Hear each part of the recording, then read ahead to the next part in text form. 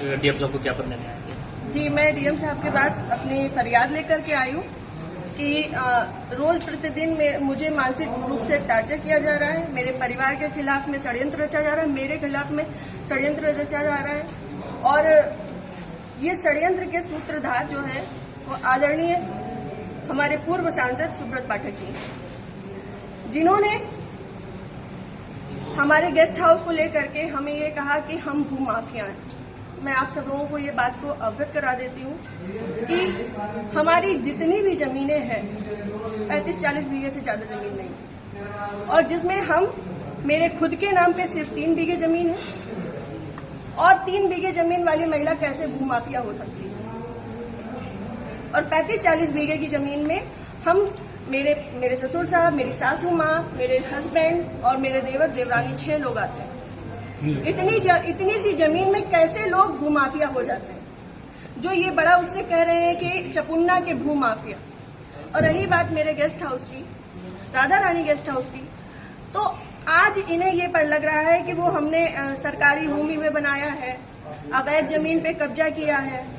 तब क्यों नहीं लग रहा था जब 5 साल से उसी में दावतें खा रहे थे, भारतीय जनता पार्टी की मीटिंगें कर रहे थे, हमारा पैसा खर्च करवा रहे थे, रोज मीटिंगें हो रही थी, तब क्यों नहीं ये आपको लग रहा था? आप पूर्व सांसद के ऊपर एक आरोप लगा रहे हैं। बिल्कुल, आप भी बीजेपी की कार्यकर्ता? मैं बीजेपी की कार्यकर्ता हूँ और बीजेपी में ही काम करती हूँ शुरू से लेके लास्ट तक। जब तक मेरा जीवन मुझे अलाउ करेगा, जब तक ये कन्नौज के नेता मुझे सहज भारतीय जनता पार्टी में रहने देंगे, तब तक मैं भारतीय जनता पार्टी की ही सदस्य हूँ।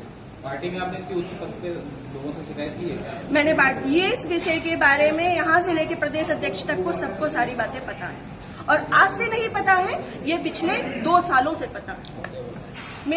मेरे पिताजी, मेरे ससुर साहब, मेरे हस्बैंड, हम सब लोगों के लिए हत्या तक का मतलब षड्यंत्र रचा जा चुका है, और विगत के चुनाव के निर्णय के बाद ही रचा गया।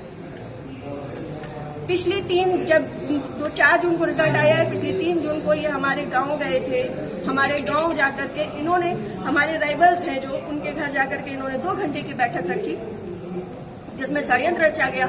और उसके बाद ही उसी दिन इनके एक प्रमुख कार्यकर्ता कहिए, चमचे कहिए, कुछ भी कहिए, वो जीतू त्रिपाठी, उन्होंने मेरे ससुर साहब को फोन किया, जिसकी मैं रिकॉर्डिंग आप सबको भेजूंगी और चाहूंगी कि मीडिया में आप चलाएं।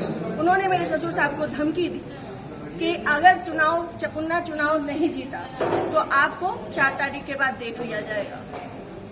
उसके बाद से ये सारा षड्यंत्र रचा है। क्या चुनाव हरवाने में आपका भी श्रेय जाता है? मैं भारतीय जनता पार्टी तरीके से वो आरोप लगा रहे हैं क्या? वो कुछ भी कहे, वो तो ये भी कह रहे हैं कि भाई नया त्रिपाठी ने 20 लाख रुपए ले लिए थे सपा से। वो तो उनका मुंह है, कुछ भी कह सकते हैं। पर मैं भारतीय जनता पार्टी की कार्यकर्ता हूँ और सभी लोग सोशल मीडिया जानते हैं, चलाते हैं, सभी लोग मेरी आईडी में देख सकते हैं कि मैंने किस तरीके से काम किया है। मैं सुब्रत पाठक के लिए काम नहीं करती, मैं भारतीय जनता पार्टी के लिए काम करती हूँ। आपने प्रशासन और पुलिस से शिकायत की इस बारे में? जी, मैंने पिछली 25 तारीख को प्रशासन पुलिस से शिकायत की थी, जिसमें सीओजी की टीम गठित है और अभी तक कोई भी पकड़ा नहीं गया है। क्या मानती है पुलिस, प्रशासन और पुलिस दोनों लापरवाही कर रहा है? संभवतः हो सकता है, क्योंकि जिस हिसाब से अब दिन बीतते जा रहे हैं तो मेरा भी सब्र का पैमाना टूटता जा रहा है, और मुझे, मेरे परिवार को बहुत ज्यादा खतरा है इन लोगों से जो हमारे दुश्मन हैं।